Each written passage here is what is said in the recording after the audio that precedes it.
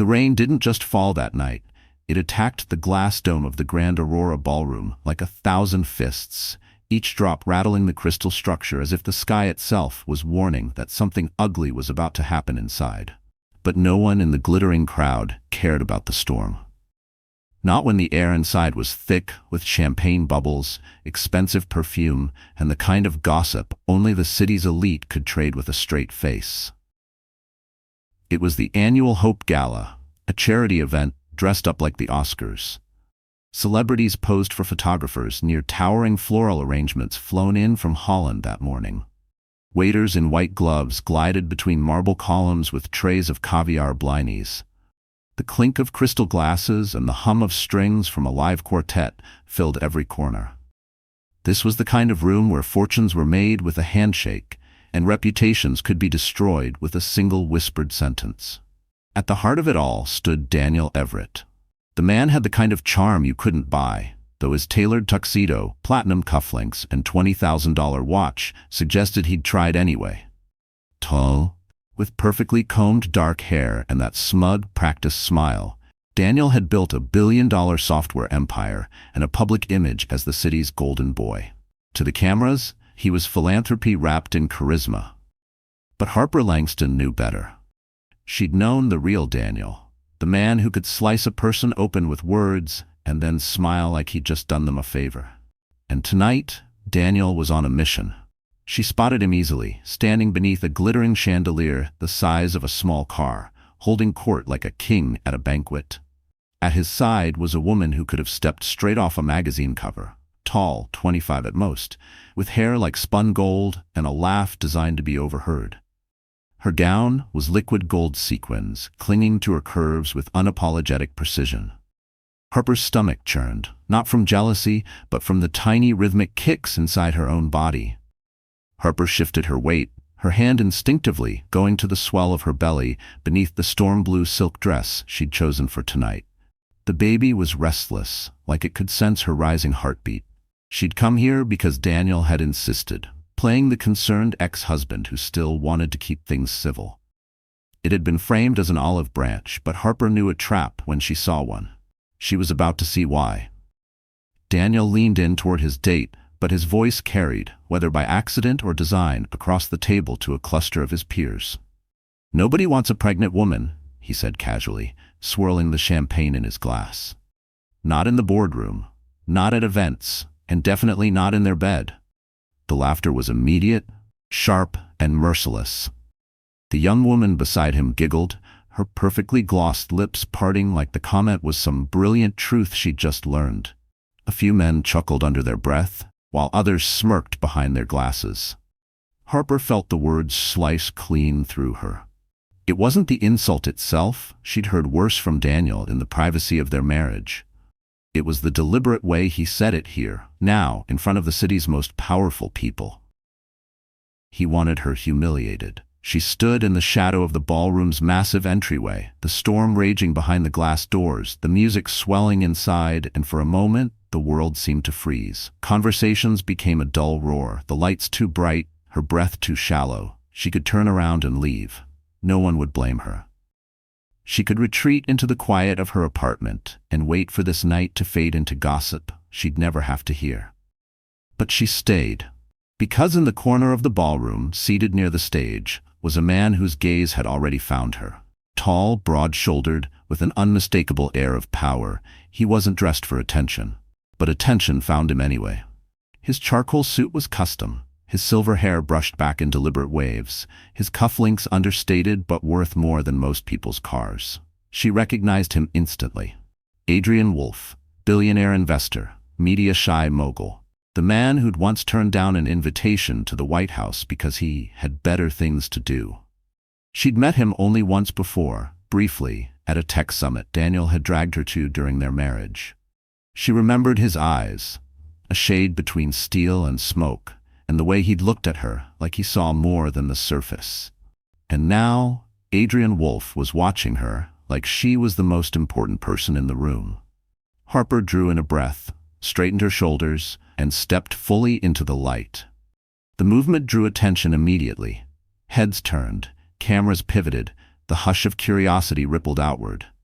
Her storm blue gown skimmed the floor, the silk catching the light with every step. She'd chosen it because it made her feel like herself again. Not Daniel's wife, not the pregnant one, but Harper Langston, the woman who had built her own design firm from nothing before she ever met him. As she walked deeper into the ballroom, she could feel Daniel's gaze snap toward her. Surprise flickered across his face, quickly smothered by irritation. His date's eyes narrowed, her gold dress shimmering as she shifted in her seat to get a better look. Harper didn't break stride. She moved past tables of donors and CEOs, the soft murmur of whispers trailing in her wake. Every step was deliberate. She wasn't just walking into a room, she was walking into battle. By the time she reached the center aisle, the quartet had subtly lowered their volume, and a photographer had started snapping frames. She didn't look at the cameras. She kept her eyes locked on Daniel until she was close enough to see the tightening of his jaw, the faint sheen of sweat at his temple. "Harper," he said, standing quickly as if to intercept her. "I didn't think you'd actually—" "Clearly," she cut in, her voice calm but edged with steel. "But then, you never think far ahead, do you?" A few guests nearby glanced at each other, sensing the shift.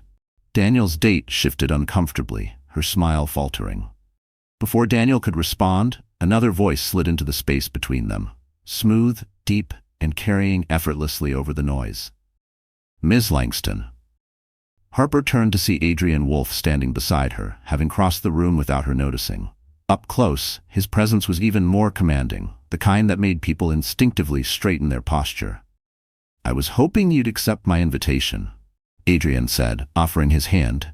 His eyes flicked briefly to her belly, then back to her face, not with judgment, but with something startlingly close to respect. Daniel stiffened. "You know each other?" "Not well enough," Adrian replied, his mouth curving into a subtle smile. "But I'd like to change that, may I?" He extended his arm, and for the first time all evening, Harper felt the corner of her mouth lift. She placed her hand lightly on his sleeve. Daniel's face darkened. His date stared between them like she'd just realized she was watching a scene she didn't have a script for. As Adrian led Harper toward the front of the room, past the flash of cameras and the hum of speculation, she didn't look back. Not yet. That moment would come later, and when it did, it would be on her terms. For now, she let the murmur of curiosity swell around them, the storm still raging against the glass dome overhead. Somewhere deep inside, she knew this was only the beginning, because Daniel Everett had just made a very public mistake. And Adrian Wolfe, the man known for making impossible deals, had just made her an offer she couldn't refuse. Before Harper Langston was a name whispered in the marble halls of the city's elite, she was just a girl from a quiet coastal town where the air smelled of salt water, and every neighbor knew the contents of your grocery cart.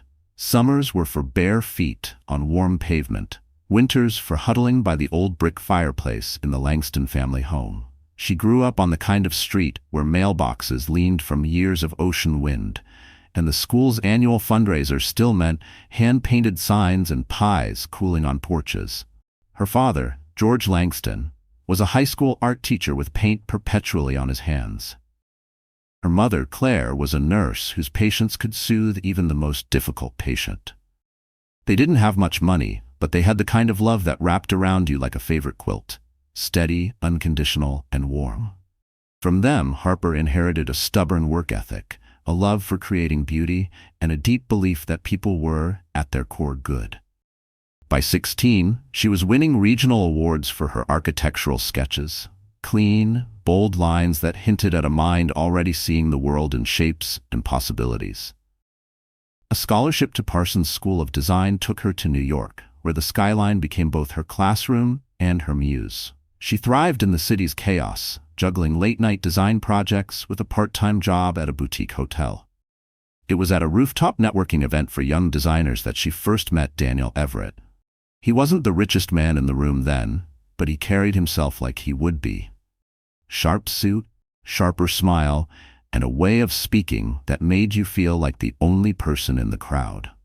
Harper had been balancing a plate of hors d'oeuvres in her portfolio when he struck up a conversation, asking about her work with genuine curiosity, or so it seemed. He was relentless in his pursuit. Flowers at her apartment. Lunches at places she couldn't afford. Calls just to hear her voice. For a girl who'd been surviving on takeout noodles and subway rides, Daniel's attention felt intoxicating. He talked about her designs like they were genius, about her as if she were the missing piece of his life. Within a year, they were married in a small ceremony on a windswept bluff overlooking the Atlantic. Harper wore a simple ivory dress she'd found at a vintage shop, while Daniel promised her forever with the same conviction he'd later used to sell software to billionaires. In those early years, they were a team. She'd work late nights on her own design firm, Langston & Co., while he hustled to grow his fledgling tech company. They celebrated every win, no matter how small. But success has a way of changing the air in a room. Daniel's company exploded almost overnight after a deal with a major corporation. They moved into a penthouse with floor-to-ceiling windows and a view of the skyline Harper had once sketched for practice. At first, she thought the new lifestyle was just another chapter in their shared dream. But slowly, almost imperceptibly, the we turned into me. Daniel's late nights became business dinners. His compliments turned into critiques about her wardrobe, her body, her small-time clients. Harper, ever the peacemaker, adjusted. She wore the dresses he liked, let her business take a back seat, and learned to smile through the boardroom galas where she was introduced not as Harper Langston, architect, but as Daniel's wife. Her work, once her pride, became something she squeezed in between charity luncheons and travel schedules.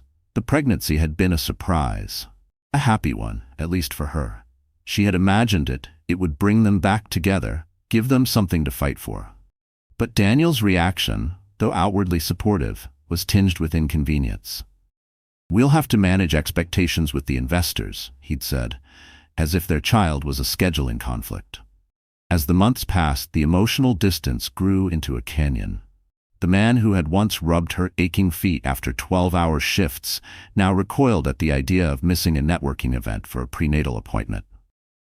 And then came the whispers, from acquaintances, from Daniel's own staff, about the blonde in marketing who seemed to spend more time in his office than her actual desk.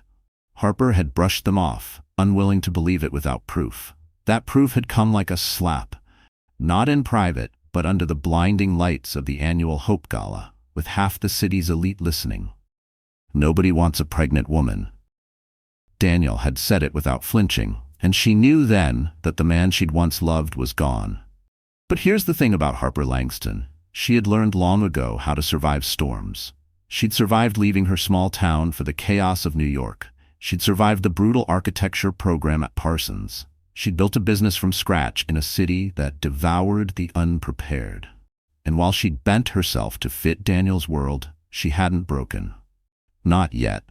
Her friends, what few Daniel hadn't alienated, still knew her as the woman who could talk down a furious client with a single calm sentence.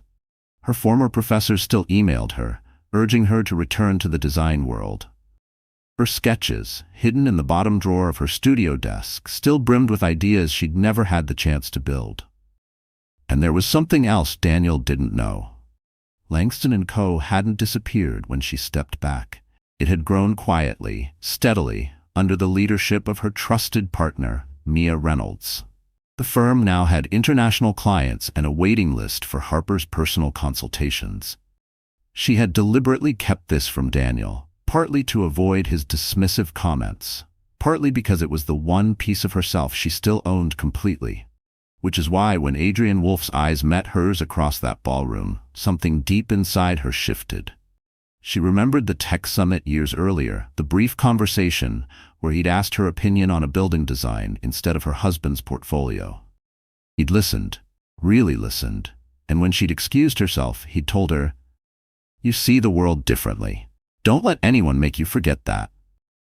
Now here he was again, at the exact moment her ex-husband tried to erase her dignity in front of everyone. And the way Adrian looked at her, not at her dress, not at the curve of her belly, but directly into her eyes, was like a reminder that she was more than the sum of Daniel's insults. Harper had always believed she could weather any storm if she kept her head down and her heart steady. But something told her this was no longer about weathering. This was about rebuilding. And this time, she wouldn't be building for Daniel. She'd be building for herself, and for the tiny life she carried. What she didn't yet know was that Adrian Wolfe was about to make her an offer that would change everything. Not just a business proposal, not just a lifeline, but an invitation into a world where her skills, her vision, and her name would matter more than any scandal Daniel Everett could create. And maybe, just maybe, it would lead her to a moment no one, least of all Daniel, could have imagined. Walking down an aisle in a dress designed by a billionaire, not as the woman someone discarded, but as the woman someone had chosen above all else. The Grand Aurora Ballroom had always been a temple of opulence, but tonight it was something else entirely. A stage, a trap, and a battlefield wrapped in crystal and velvet. Harper stood near the entryway, letting her eyes travel across the scene with the precision of a designer studying a blueprint. The ceiling arched high above, crowned by a dome of stained glass that glowed like a mosaic sunset under the chandelier's warm light. Every column was wrapped in cascading orchids, each bloom perfect, imported, and absurdly expensive. Round tables draped in deep plum silk filled the space, set with gold-rimmed plates and crystal goblets so fine they looked like they'd shatter under a whisper. The air smelled faintly of gardenias and vintage champagne, a combination that belonged to this world of excess. This was the annual Hope Gala, an event Daniel had called the pinnacle of networking. For him, it was less about charity and more about being photographed with the right people, shaking the right hands. For Harper, tonight was supposed to be about one thing: showing her face, proving she wasn't afraid to be seen, even after their split. But Daniel had a way of turning every stage into his own. From where she stood, she could see him moving effortlessly through the crowd, that signature smirk plastered on his face, his arm draped over the back of the chair belonging to the blonde in the molten gold gown. Harper noticed the way he leaned in just enough to make her laugh, the way his hand brushed her bare shoulder, as if marking territory. The tables closest to the stage were a roll call of the city's most influential: venture capitalists in tailored suits, fashion editors in couture, real estate magnates who could buy and sell entire blocks without blinking. These people didn't just attend the gala, they defined it. And every last one of them was within earshot when Daniel delivered his little proclamation about pregnant women being unwanted. That comment still echoed in Harper's mind, not because it hurt, she'd been inoculated against his cruelty long ago, but because of how intentional it was. Daniel wanted an audience. He wanted her to hear it. He wanted them all to hear it. It was a performance designed to paint her as pitiable, disposable. She inhaled slowly, forcing herself to take in the space instead of the sting. The gala was more than an event. It was a map of Daniel's world, the one she'd been pushed out of. But as she scanned the room, she realized something. She knew this map better than anyone. She'd walked these marble floors on his arm for years, learned the rhythms, the power clusters, the unspoken hierarchies. The far left corner was where the journalists gathered, huddled around the city's most notorious gossip columnist, Madeleine Crowe, who could topple reputations with a single paragraph. The right wing was dominated by the old money set, families with names etched into the foundations of museums, and directly ahead, the front tables belonged to the new money titans, Daniel included. And then there was Adrian Wolfe. He sat at a table near the stage, but slightly off-center, as if to avoid the spotlight while still being able to command it when he chose. Even in a room of power, Adrian's presence was singular. People leaned toward him when he spoke, laughed just a little louder at his remarks. His table mates were a mix of international business leaders and philanthropists, people who moved markets and made headlines. Harper caught his gaze again. It was steady, unreadable, but not cold. He was studying her, and she realized with a jolt that she was doing the same.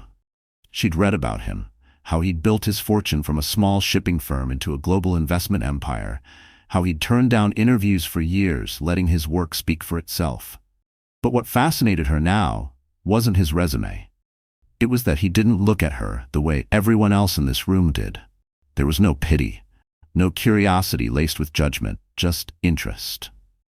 A passing waiter offered her a flute of champagne. She declined, resting a protective hand on her belly instead. The baby kicked again, as if echoing her decision. She took a step deeper into the ballroom, heels clicking softly against the polished marble. Conversations faltered in her wake. Heads turned. Near the center, she was intercepted by Margaret Voss, a jewelry designer Harper had once collaborated with on a boutique hotel project. "Harper, darling," Margaret said warmly, though her eyes flicked briefly toward Daniel's table. "You look radiant." It was the kind of word people used when they meant, "I didn't expect you to show up like this." "Thank you," Harper said smoothly, refusing to look in Daniel's direction. "How's the new collection?" Margaret launched into a description of her latest line, but Harper only half listened. Out of the corner of her eye, she saw Daniel rise from his chair, his date clutching his arm. He was making his way toward her. The room seemed to tilt slightly, not from nerves, but from the anticipation of the scene about to unfold. Guests leaned subtly closer, eager for a taste of real-life drama to spice up their evening. "Harper," Daniel said when he reached her, his voice dripping with practiced civility. "I didn't know you'd be here." "Clearly," she replied, her tone calm but edged. His date, all sharp cheekbones and glossy hair, gave Harper a once-over, her lips curving into something between a smirk and a sneer. "Daniel was just telling me about the baby," she said, like it was a novelty item he'd once owned. Harper's stomach tightened, but she kept her expression neutral. "Was he?" Before Daniel could answer, Adrian's voice carried over the hum of the crowd. "Miss Langston?" Harper turned. Adrian was standing now, moving toward her with unhurried confidence. The crowd's attention shifted instantly, the air crackling with the unspoken question, "Why is Adrian Wolfe walking toward her?" He stopped beside her, his gaze flicking briefly to Daniel before settling on her again. "I was hoping you'd join me at my table," he said, his voice even, but leaving no room for refusal. Daniel's jaw tightened. "We're in the middle of a conversation." Adrian didn't look at him. "Then you'll understand if I borrow her for a better one." A hush fell over the immediate circle. Harper felt every eye on her, every whisper waiting to start. She could sense Daniel's anger, the way his pride bristled at being dismissed in front of an audience. She took Adrian's arm. Gasps rippled through the room as he guided her toward his table, past clusters of people who would be dissecting this moment before dessert was served. The quartet shifted into a softer melody, as if even the music recognized the change in the room's energy. As they reached the table, Adrian pulled out her chair. "You handled that well," he said quietly. "I wasn't aware I was being tested," she replied, settling in. "Oh, you were," he said, a faint smile touching his lips. "And you passed." For the first time that night, Harper allowed herself to exhale. But the battle wasn't over. In this room, in this city, nothing ever was. If the Grand Aurora Ballroom was a chessboard, Daniel Everett had always played as if he were the king. Slow, deliberate moves, always assuming the board existed for his benefit. But tonight, Harper saw something new in him. An edge, almost desperation, hidden beneath the tuxedo and polished grin. Daniel had been many things in their marriage: charming, ambitious, cutting, but never sloppy. He was calculated to the point of obsession, the kind of man who read 3 annual reports before a casual lunch meeting. So his little public insult about pregnant women hadn't been careless. It was strategy. Because Daniel wasn't just here to celebrate the Hope Gala's cause. He was here to cement his next big deal, a partnership with Titanus Global, a European investment conglomerate run by men who valued image over ethics. Daniel knew that in their world, appearances were currency, and the optics of a recently divorced, childless CEO were far cleaner than a soon-to-be father tied to a woman he could no longer control. Enter Serena Vale. The molten gold-clad blonde was more than just a pretty face. She'd been the head of brand experience at Everett Dynamics for barely 8 months, but she'd already wormed her way into Daniel's inner circle. Her resume boasted years in luxury PR, though rumor had it she'd been quietly asked to leave her last firm after a scandal involving a married client. None of that mattered to Daniel. Serena was exactly the accessory he wanted on his arm tonight: young, fashionable, unencumbered. The way she looked at him, tilting her head with that perfectly rehearsed adoration, gave him the illusion of being both powerful and desired. She knew her role: laugh at his jokes, lean in during photos, make the rest of the room believe he'd traded up. Harper knew the type. Serena had been watching her since the moment she walked in, eyes sharp behind the gloss and false lashes. Every shift in posture, every whisper to Daniel, was designed to draw an invisible line. "You're out? I'm in." The thing Serena didn't understand was that Harper had no interest in standing where she stood now. That spot came with strings, silence, and a slow erosion of self-worth. Harper had already paid that price. But Serena's ignorance was Daniel's weapon, proof that someone else was willing to fill the space Harper had left behind. From across Adrian Wolf's table, Harper could see Daniel glancing over between conversations with his investors. His smile never reached his eyes when he caught her gaze. He was assessing, recalculating. Daniel had built his empire on controlling narratives, and the sight of his ex-wife seated beside Adrian, one of the few men in the city who could outmatch him, wasn't part of his script. Adrian noticed too. "He's rattled," he murmured, leaning just close enough for her to hear over the string quartet. "Good," Harper replied, though her tone stayed even. "He's used to people playing his game. Maybe it's time he realizes the board's changed." Meanwhile, Serena's smile had turned brittle. She was used to being the most watched woman in the room, and Adrian's attention toward Harper had shifted the current. The photographers who'd been angling for shots of Daniel and Serena were now discreetly circling Harper's side of the room. Serena leaned in toward Daniel, whispering something behind her hand. Daniel's jaw tightened. Harper could almost hear the conversation in her head. Serena asking who Adrian was and why Harper was sitting with him. Daniel brushing it off but promising to handle it. It was the same tone he'd used in their marriage whenever something or someone threatened his perfect image. And Daniel's image was everything. He'd grown up the son of a bankrupt car dealer, clawing his way through college on scholarships and part-time jobs, his eyes always fixed on the life he thought he deserved. Success had given him money, but it hadn't softened the chip on his shoulder. Every deal, every headline, every glossy magazine spread was another brick in the fortress he'd built to keep the world from seeing how much he still feared losing it all. That fear was why he'd been so quick to sideline Harper when her pregnancy didn't fit the brand. Investors liked visionary leaders, not fathers juggling diaper duty. Daniel had told himself, and probably Serena, that cutting Harper out was business, not personal, but his insult at the gala proved otherwise. He wanted her diminished, erased. What he hadn't counted on was Harper refusing to play the part. As the charity auction began, Daniel stood to make a speech. Harper watched him mount the stage, adjusting his cufflinks like a general straightening his uniform. His voice filled the room, smooth, confident, peppered with jokes that drew polite laughter. He spoke about innovation, community, and the importance of supporting the city's youth. To anyone who didn't know him, he looked flawless. But Harper noticed the way his eyes kept darting toward her table between lines, how his hand lingered on the lectern a beat too long. She knew he was recalibrating in real time, figuring out how to spin tonight so that his narrative stayed intact. When the applause came, Daniel descended the stage straight to the Titanus global executives, Serena trailing behind like a shadow. They clustered near the champagne tower, the conversation animated but tight. Harper didn't need to hear it to know the stakes. If Titanus saw Adrian Wolf showing interest in her, they'd wonder why. And if they wondered why, they might start asking questions Daniel didn't want answered. Across the room, Adrian's voice drew her back. "He's going to make a move," he said quietly. "Let him," Harper replied, keeping her gaze steady on Daniel. Sure enough, moments later, Daniel excused himself from the investors and started toward her table, Serena still at his side. This time there was no polite smile. His eyes were hard, his jaw set. "Harper," he said when he reached them, his tone clipped. "A word, in private." Adrian's hand rested lightly on the back of her chair, a subtle gesture, but one that made Daniel's nostrils flare. "Anything you have to say, you can say here," Harper said. Daniel's gaze flicked to Adrian. "This doesn't concern you." Adrian smiled faintly. "If it concerns her, it concerns me." A silence stretched, taut as wire. Serena shifted beside Daniel, clearly uncomfortable.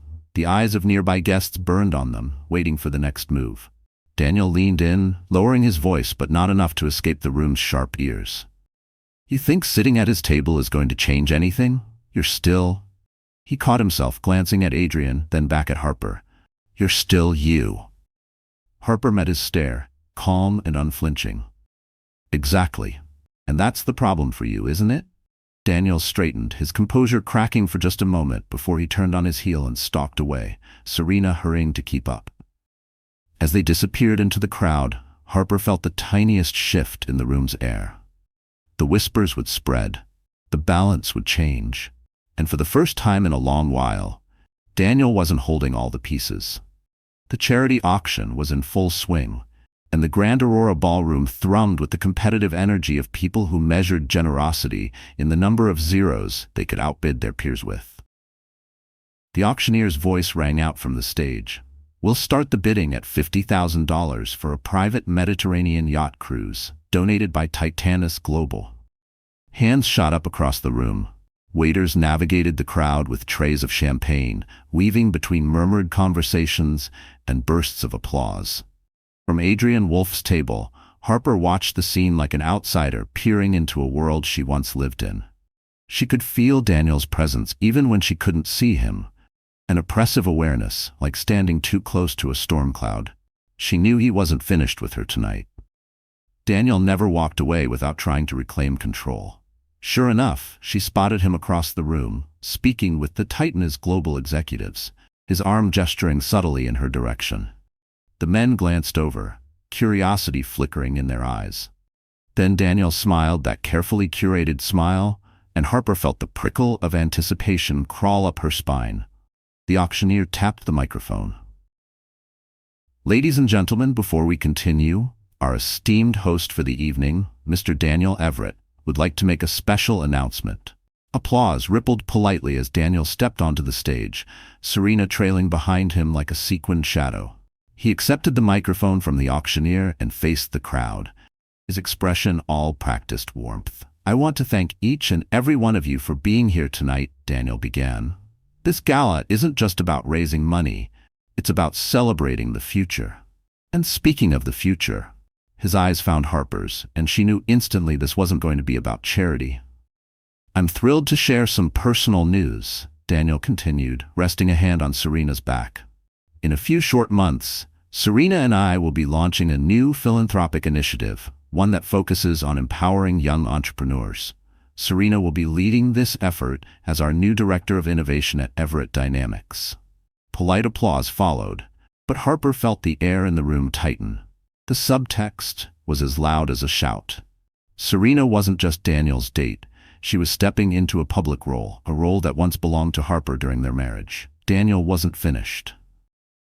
"And while we're here celebrating fresh beginnings," he said, his voice dropping just enough to carry a different kind of weight, "I believe in recognizing when chapters close.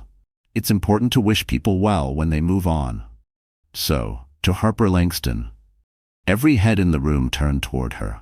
The spotlight, quite literally, swung to her table.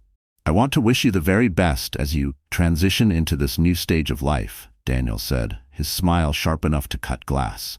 "We all know motherhood is a full-time job, one that doesn't leave much room for other ambitions, but I'm sure you'll do just fine."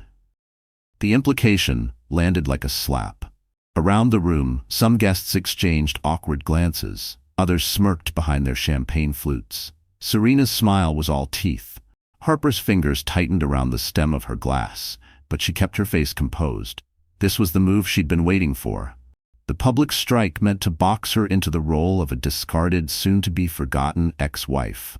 Daniel wanted her to sit there, humiliated, while he painted her as someone whose only future was diapers and bedtime stories. Adrian's voice was low but steady beside her. "If you want to respond, now's the time." Harper's heart pounded, but her mind was clear. She stood, the silk of her gown catching the light as she walked toward the stage. Conversations died mid-sentence. The spotlight followed her, turning her into the second act of Daniel's little performance. When she reached the steps, the auctioneer offered her a hand, which she ignored. Daniel looked briefly pleased, until she took the microphone from him without asking. "Thank you, Daniel," she said, her tone warm but threaded with steel. "I appreciate the encouragement." A few scattered chuckles from the crowd. She let the silence stretch just long enough. "But I think you left out a detail or two," Harper continued. Yes, I'm about to become a mother. And yes, it's a full-time job, one I'm honored to take on. But that doesn't mean my other ambitions vanish. In fact, they're thriving. Langston & Co., the design firm I founded before I even met you, just signed an international contract worth more than the yacht Titanus donated tonight. A ripple of surprise moved through the audience. Adrian, still seated, watched her with something close to pride. And as for fresh beginnings, Harper said, her gaze locking on Serena, sometimes they mean letting go of something that no longer serves you, or someone.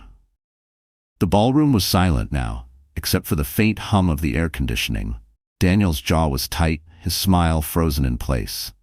Serena shifted uncomfortably beside him. Harper handed the microphone back to the auctioneer and turned to step down from the stage. But before she reached her table, Adrian rose to meet her, offering his arm. The gesture was small, but in the charged air of the ballroom it was seismic. Cameras flashed. Whispers erupted like sparks catching dry grass. As they sat, Harper caught a glimpse of Daniel across the room, his face a mask of polite fury as the Titanized executives murmured among themselves. Whatever narrative he'd hoped to write tonight had been rewritten in real time, and he wasn't holding the pen anymore. The auction resumed, but the energy in the room had shifted. The murmurs were no longer about Daniel's deal or Serena's dress. They were about Harper Langston, the pregnant woman who'd stood in the spotlight and reminded everyone she was more than a footnote in her ex-husband's story. And as Adrian leaned toward her, his voice barely above the music, she realized something else. This wasn't the end of Daniel's games, but it was the beginning of hers. The applause from the gala still echoed faintly in Harper's ears as she stepped out into the cold night air. The city lights glittered like broken glass against the wet pavement, the rain finally reduced to a mist. The doorman hailed a car for her, but she barely noticed. From the outside, she'd won. She'd stood her ground in front of the city's elite, refused to let Daniel's words define her, and walked away with Adrian Wolfe at her side. But now, alone in the back of the town car, the adrenaline drained out of her like a tide receding, leaving only exhaustion behind. She pressed a hand to her belly. The baby shifted, a small reminder that she wasn't really alone. Still, the weight of what had just happened pressed down on her chest. Her phone buzzed in her clutch. 3 unread messages from friends who had been at the gala. You were incredible tonight. Daniel's face was priceless. Proud of you. She appreciated them. But none of the messages touched the knot in her stomach. Harper wasn't naive. Daniel wasn't the type to let public embarrassment slide. He would hit back, subtly, strategically, and when he did, he'd aim for the places she was most vulnerable. The car pulled up outside her apartment building, a modest pre-war structure in a quiet corner of the Upper West Side. Harper had chosen it deliberately after the divorce. Not flashy, but secure. Inside, the elevator groaned its way up to the 6th floor. The apartment greeted her with soft lamplight and the faint scent of lavender from the diffuser she kept running in the living room. It should have felt safe. Instead, it felt small. She kicked off her heels, the ache in her feet flaring now that she wasn't forcing her posture. In the bathroom, she caught sight of herself in the mirror. Storm blue gown, perfect hair, makeup still mostly intact. To anyone else, she looked like a woman in control. But she knew the truth. Her hands trembled as she unclipped her earrings. The night replayed in fragments. Daniel's smirk, Serena's smug smile, the way the room had turned when the spotlight found her. She'd handled it well in the moment, but under the gloss of confidence was something brittle. She poured herself a glass of water and sat on the edge of her bed. It was well past midnight, but sleep felt impossible. Her mind kept circling the same question. What now? Langston & Co. was thriving without her day-to-day involvement, thanks to Mia's leadership. But Harper knew Daniel wouldn't stop at personal humiliation. He might try to undermine her business, spread rumors to scare off investors, or use legal channels to tangle her in endless disputes. And with a baby on the way, she didn't have the luxury of endless energy for battles. Her phone buzzed again, this time an unknown number. She hesitated before answering. Miss Langston? The voice was deep, steady. Adrian Wolfe. I hope it's not too late to call, he said. I wanted to make sure you got home safely. I did, she replied, unsure how to navigate the sudden shift from public ally to private caller.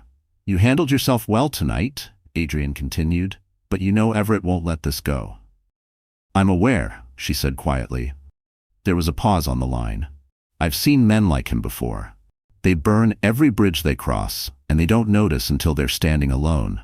The question is, how much damage will you let him do before you decide to take his matches away? The words landed heavier than she expected. I'm not looking for a war, Mr. Wolf. Neither am I, he said, but sometimes the only way to stop a predator is to make it clear you're not prey. She didn't respond right away. Eventually, he added, think about it. I'll be in touch. Then the line went dead. Harper set the phone down and leaned back against the headboard. His words stirred something in her, part warning, part challenge. But beneath that, there was still the hollow ache she couldn't shake. The next morning, she woke to headlines. The society columns had pounced on the scene at the gala. Pregnant ex-wife steals spotlight from tech mogul at Hope Gala. Adrian Wolf and Harper Langston, new power alliance? Some painted her as a symbol of quiet defiance. Others, more venomous, framed it as desperation, implying she was using Adrian to cling to relevance. She knew exactly where those rumors came from. Daniel had his fingerprints all over them. By noon, a journalist called for a comment. She declined, but the damage was already circulating. Social media was a swirl of speculation, with strangers dissecting her life as if they knew her. Around 3, Mia called from the Langston & Co. office. You're trending, Harper. And not in a bad way, mostly. But Daniel's people are definitely trying to seed a story about you being unstable. Harper closed her eyes. I knew he'd come for me. We can handle the PR, Mia said, but you need to be ready for him to escalate. After they hung up, Harper sat at her kitchen table, staring at the steam curling from her tea. She thought she was prepared for the fallout, but the truth was, the public performance had drained her more than she'd realized. For years, she'd measured her worth by how well she could keep her composure. Now, with the baby's arrival drawing closer, that composure felt like glass, intact for now, but one sharp blow away from shattering. By evening, the rain had returned, pattering softly against the windows. Harper curled up on the couch, a blanket draped over her shoulders, and let herself feel the weight of it all. The fear, the anger, the loneliness. She'd stood tall at the gala, but here, in the quiet, she let her guard drop. Tears slid down her cheeks before she could stop them. She hated crying. It felt like a loss of control. But the sobs came anyway, shaking her shoulders until the blanket slipped to the floor. She pressed her face into her hands, willing herself to breathe, to remember that one public moment didn't erase the private battles still ahead. When the storm outside deepened, she finally rose and made her way to the bedroom. She lay on her side, one hand over her belly, listening to the rhythm of her own heartbeat and the rain. She whispered, "It's just us, kid. But we're going to be okay. We have to be." The baby kicked softly, almost like an answer. Harper closed her eyes. She didn't have all the answers yet, but she knew one thing. This low point, this exhaustion, it wouldn't be the end. Somewhere inside the collapse was the spark of what came next. She just had to survive long enough to reach it. 3 days after the gala, Harper sat at the corner table of a quiet cafe in Soho, her laptop open but untouched. She'd come here to think, away from the constant ping of her phone and the scrutiny that now seemed to follow her everywhere. The headlines had begun to slow, but the undercurrent of speculation was still there, simmering on gossip sites and whispered in circles she used to move through without a second thought. A bell jingled at the door. Harper looked up to see Adrian Wolf step inside. He didn't scan the room. He walked straight to her, as if he'd known exactly where she'd be. "You're hard to pin down," he said, sliding into the seat across from her. "That's intentional," she replied. He placed a sleek leather folder on the table between them. "Then let me be direct. I have a proposal for you." Harper arched a brow. "Business." "Everything is business," Adrian said simply, "including personal wars." He opened the folder to reveal a series of documents, mock-ups of architectural designs, contracts, and a formal partnership agreement. "I own the Wolf Institute," he began, "a philanthropic arm that funds large-scale urban development projects. We're expanding into luxury eco-resorts across Europe and Asia. I've seen your work, Harper. Your firm's designs are innovative, functional, and beautiful. I want Langston & Co. to lead the design for our flagship resort in Santorini. Her breath caught. That's a massive project. It is, Adrian agreed, and it comes with international press coverage, investor interest, and a budget that makes Everett Dynamics look like a lemonade stand. The kind of spotlight Daniel can't diminish, no matter how loud he talks. Harper leaned back, processing. Why me? You could hire any firm in the world. Adrian's gaze was steady. Because you're better than any of them. And because I don't like seeing talent wasted because a man thinks he can define you. She hesitated. If I take this, it's going to look like I'm using you to get back at him. He smiled faintly. Let it look that way. In business, perception is a tool. Use it. Harper stared at the designs in front of her. The resort was stunning. Whitewashed stone, infinity pools that melted into the Aegean, solar panels disguised within the architecture. She could already see her signature touches in the blueprints, ways to blend her coastal upbringing with modern elegance. This isn't just about a project, Adrian continued. It's about making sure that when people hear your name, they think of what you build, not who you used to be married to. Harper closed the folder. I'll think about it.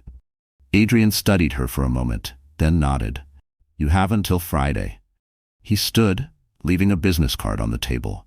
And Harper, if you're worried about Daniel retaliating, don't be.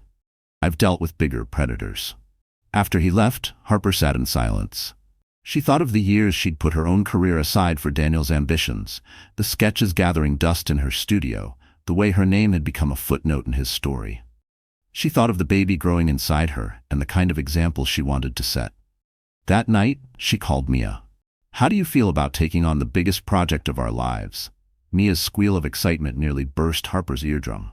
Are you serious, Santorini? Serious, Harper confirmed, but it's going to be under intense scrutiny. We'll be in headlines. Then we make them good headlines, Mia said firmly. By Thursday, Harper called Adrian to accept. The following week, Wolf Institute issued a press release. Wolf Institute partners with Langston & Co. for flagship Santorini Resort. It didn't mention Daniel Everett. It didn't need to. The media did that on its own. Within hours, headlines linked Harper's new venture to her public stand at the gala. Social media lit up with side-by-side photos, Daniel and Serena on stage, Harper and Adrian reviewing blueprints. The contrast was brutal. Daniel called that night. She almost didn't answer. Harper, he said, his tone tight. What the hell are you doing? Working, she replied evenly. You think this little stunt is going to make you untouchable? You're walking into a fight you can't win. Maybe, she said. Or maybe I've been in a fight for years, and you just didn't notice because I wasn't swinging back. There was a long pause before Daniel hung up without another word. In the weeks that followed, Harper threw herself into the project. Site visits, design meetings, investor presentations. She was back in her element, her name in the press for all the right reasons. And the more the project took shape, the more she realized something. Adrian's offer hadn't just been about business. It had been about reminding her who she was before Daniel's shadow loomed over her life. One afternoon, as they walked the Santorini site together, Adrian said, You know, you never told me why you started your firm in the first place. Harper smiled faintly. Because I wanted to build spaces that made people feel the way I did in my parents' house, safe, seen, at home. Even in the middle of a city, even if they'd never had that before. Adrian nodded. Then let's make this resort exactly that. Not just for guests, for you. And for the first time in a long time, Harper believed it was possible. The first time Harper walked into the Wolf Institute's Manhattan headquarters after accepting the Santorini project, she still wore the muted tones she'd grown accustomed to during her marriage. Soft grays, navy, taupe. Clothes that didn't draw attention, that allowed her to blend into Daniel's world without overshadowing him.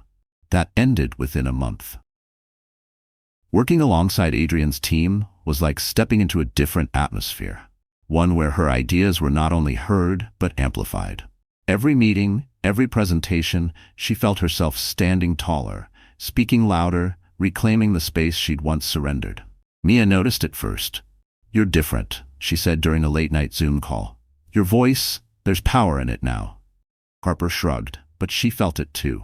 The project was enormous, designing a luxury eco-resort that would balance elegance with sustainability. It required boldness, precision, and a willingness to take risks. Harper was making choices without second-guessing, trusting her instincts the way she had when she first started Langston & Co. And as her confidence grew, so did her public image. The press covered the project relentlessly, often focusing on Harper herself. From ex-wife to empire builder, read one headline. Harper Langston's vision goes global, read another. She stopped avoiding interviews and started shaping her own narrative. Adrian insisted on hiring a stylist for the press events. At first, Harper resisted. She didn't want to become some manufactured image. But the stylist, a sharp-eyed woman named Lila, understood instantly what Harper needed. "We're not changing you," Lila said, flipping through fabric swatches. "We're revealing you. There's a difference."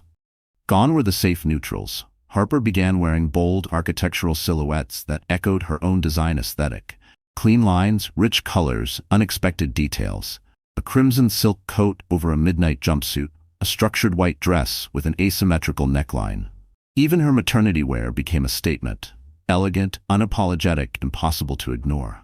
Her hair, once kept in soft waves to please Daniel's preference for effortless beauty, was now styled sleek and deliberate, sometimes pulled back to show the strength in her face. And when she walked into a room, she no longer tried to disappear into the wallpaper. The change wasn't just external. Harper's mindset shifted in quiet but seismic ways. She stopped apologizing for taking up space. She stopped softening her words to make others comfortable. In design meetings, she challenged architects twice her age, defending her vision with calm authority. At investor luncheons, she spoke as the head of her firm, not as someone's plus one. Adrian noticed the transformation too. "You've stopped looking over your shoulder," he said one evening as they reviewed renderings. "I didn't realize how often I did it," she admitted. "That's because you were used to a man who needed you to doubt yourself," Adrian replied. "Now you're in a room where doubt is a liability." The turning point came 6 weeks before the resort's groundbreaking ceremony. Harper received an invitation to the International Design Awards Gala, an event she'd avoided for years because Daniel dominated the guest list. This year, the Wolf Institute was one of the main sponsors, and Harper's Santorini project was already creating buzz in the design community. "You should go," Mia urged. "It's going to be crawling with Daniel's people," Harper countered. "Exactly," Mia said. "And you won't be crawling. You'll be walking in like the woman who just landed one of the most prestigious design contracts of the decade." Harper decided she would. The night of the gala, Lila arrived at Harper's apartment with a garment bag and a knowing smile. "I've been saving this for you." Inside was a gown unlike anything Harper had ever worn. Sleek black silk that skimmed her figure, the high collar dipping into a dramatic open back, a train that whispered across the floor when she moved. It was both armor and spotlight. "This isn't just a dress," Lila said. "It's a declaration." When Harper arrived at the venue, cameras immediately swung in her direction. The flashbulbs popped like fireworks, journalists calling her name. She didn't flinch, didn't rush past. She paused, smiled, let them capture the woman she'd become. Inside, she moved through the crowd with deliberate grace. Every conversation was an opportunity, not for revenge, but for building alliances that had nothing to do with Daniel. She spoke with editors, investors, fellow designers, always steering the narrative toward the Santorini project and the vision behind it. Daniel was there, of course, Serena glittering at his side. When their eyes met across the room, Harper didn't look away. She gave a small, polite nod, the kind you'd give a stranger at a crosswalk, and turned back to the CEO she'd been speaking with. The dismissal was subtle but devastating. By the end of the night, Harper had secured 3 new potential projects and an invitation to speak at a global design summit in Paris. On the car ride home, she caught her reflection in the window. The woman staring back wasn't the one who had stood at the entrance of the Hope Gala, flushed with fury and humiliation. This woman had rebuilt herself piece by piece, career, image, confidence, until there was nothing left Daniel could claim as his. Back in her apartment, she kicked off her heels and slipped into bed, one hand resting on her belly. The baby kicked and she smiled. "We're almost there," she whispered. When you arrive, you'll meet a mother who doesn't just survive, she wins. And deep down, Harper knew the final stage of her transformation was yet to come. The moment she would stand in full daylight, not just as the woman who'd been wronged, but as the woman who had written her own ending. The International Design Summit in Paris was the kind of event where careers could be made or destroyed overnight. Held in the ornate Palais Garnier, it was a week-long convergence of the world's most influential architects, developers, and investors. The Santorini resort was scheduled to be unveiled during the summit's final night gala, and Harper knew the audience would include the same high-powered crowd that once orbited Daniel Everett. And Daniel himself. She found out he'd be there when the official program was released. Keynote panel, The Future of Sustainable Luxury, featuring Daniel Everett, Everett Dynamics, Harper Langston, Langston & Co., and Adrian Wolf, Wolf Institute. It wasn't a coincidence. The panel had been arranged weeks in advance, but Harper recognized Daniel's fingerprints all over the choice. He was going to try to overshadow her on stage, just as he had at the Hope Gala. The difference was, this time, she wasn't coming unarmed.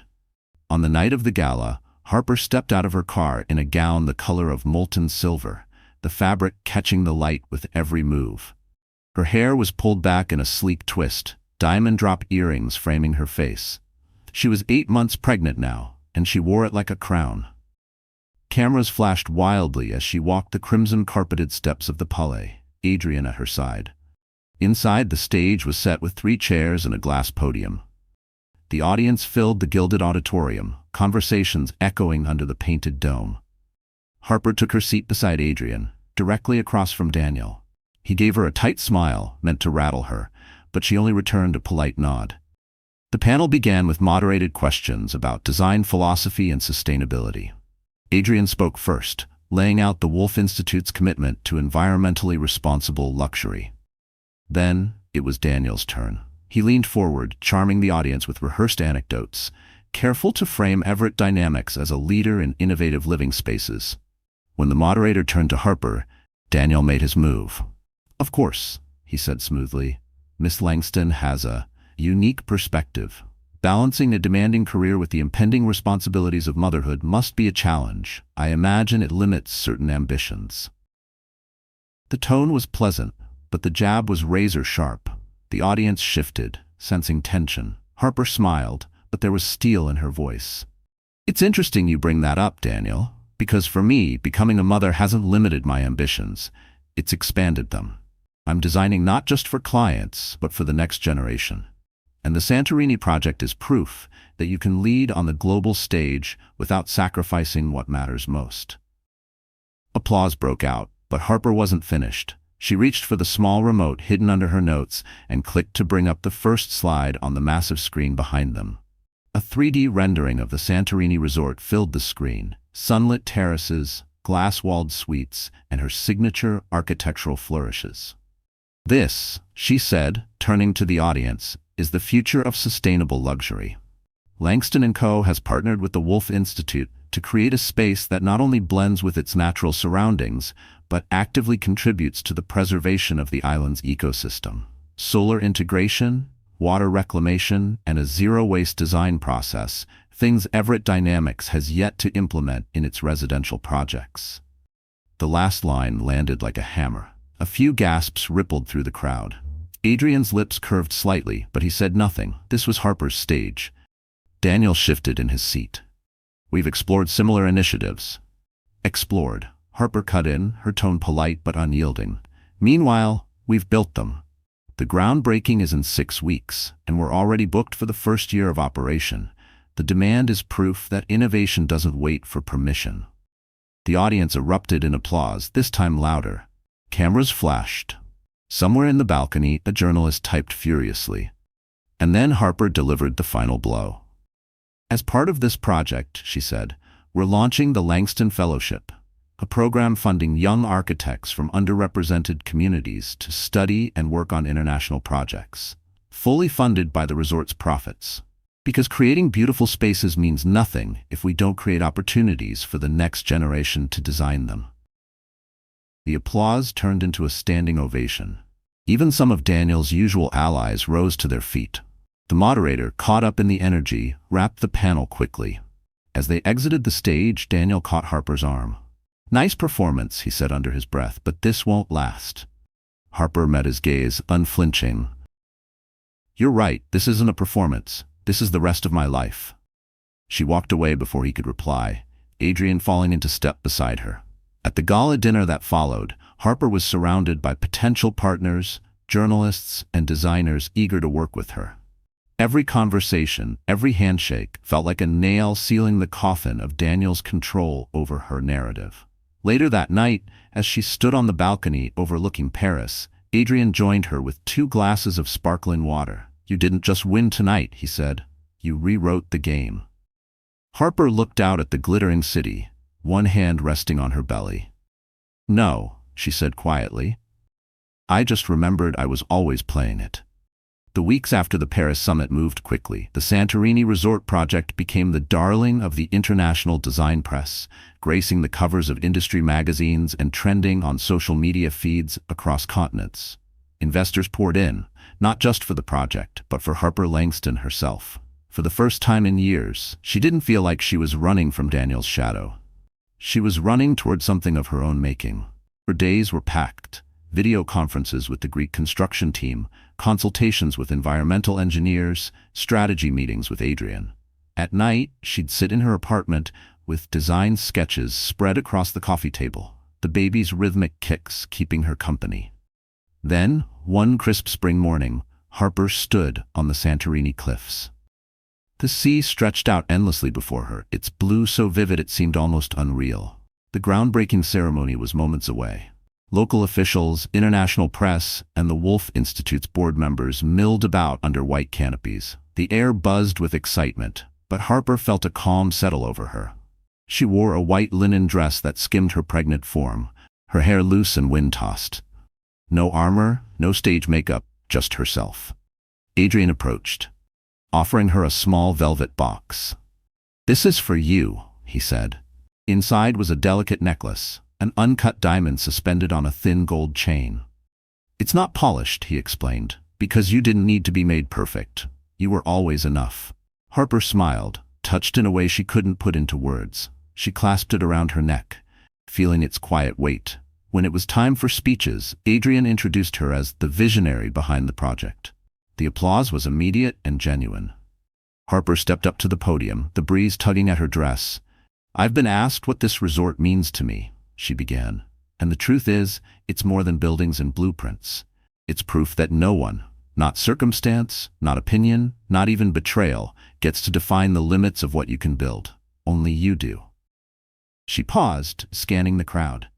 "I was told once that nobody wants a pregnant woman. I believed it for longer than I should have. But standing here today, I realize something. The people who matter will always want you, not for what you can give them, but for who you are when you stop trying to fit their version of your life." The crowd was silent for a moment before applause swelled, rolling over her like a tide. Harper felt the baby shift, as if joining in. The rest of the day passed in a blur of handshakes, photographs, and laughter. At sunset, as the last of the guests departed, Harper lingered on the terrace overlooking the Aegean. The sky burned gold and crimson, and for the first time in a long time, she felt entirely at peace. That night, back in her suite, she opened her laptop to find an email from an unknown address. "I saw the news. Congratulations." No name, but she knew it was Daniel. She stared at it for a moment, then closed the laptop without replying. He was just another part of the past now, irrelevant to the life she was building. 2 months later, Harper gave birth to a daughter. She named her Isla, after the Greek word for island, a nod to the place where she had reclaimed herself. Holding her in the hospital room, Harper whispered, "You'll never have to wonder if you're wanted." The following year, the Santorini resort opened to sold-out bookings and rave reviews. Harper stood at the entrance during opening week, greeting guests from all over the world. Ela was in a sling against her chest, sleeping soundly as Harper walked the grounds, her heart full. She saw couples taking in the sunset from the infinity pool, families laughing on the terraces, young architects sketching details of the resort. It was everything she had envisioned, a space that felt alive, welcoming, and lasting. Mia joined her by the pool. "We just got word," she said. "Langston & Co. has been invited to design 2 more resorts, one in Bali, one in the Maldives. You're officially global." Harper laughed, the sound light and unrestrained. "Then let's build them." That night, as she tucked Ela into her crib, Harper thought about the woman she had been at the start of this journey. The one who walked into the Hope Gala feeling exposed and humiliated. That woman had no idea that humiliation could be the spark for something greater.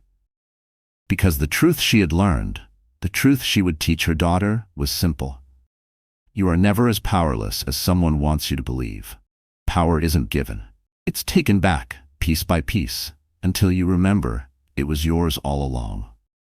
Harper kissed Isla's forehead, turned off the light, and stepped out onto the balcony. The night air was warm, the stars scattered like diamonds. Somewhere out there people were still whispering her name, some in admiration, some in resentment. It didn't matter. She had built her life, her way.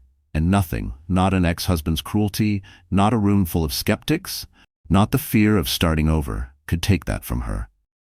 So the story has ended, our wonderful friends. Are you still here with me right now? If you are, it means something in Harper's journey has touched your heart in some way. Maybe it's the reminder that, as the heterodox saying goes, the wound is where the light enters you. Life will try to convince you you're small, but you get to decide how big you truly are. So take your power back, piece by piece, and live your own design.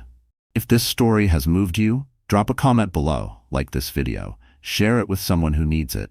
And don't forget to subscribe so you and I can keep walking through more stories that heal and inspire.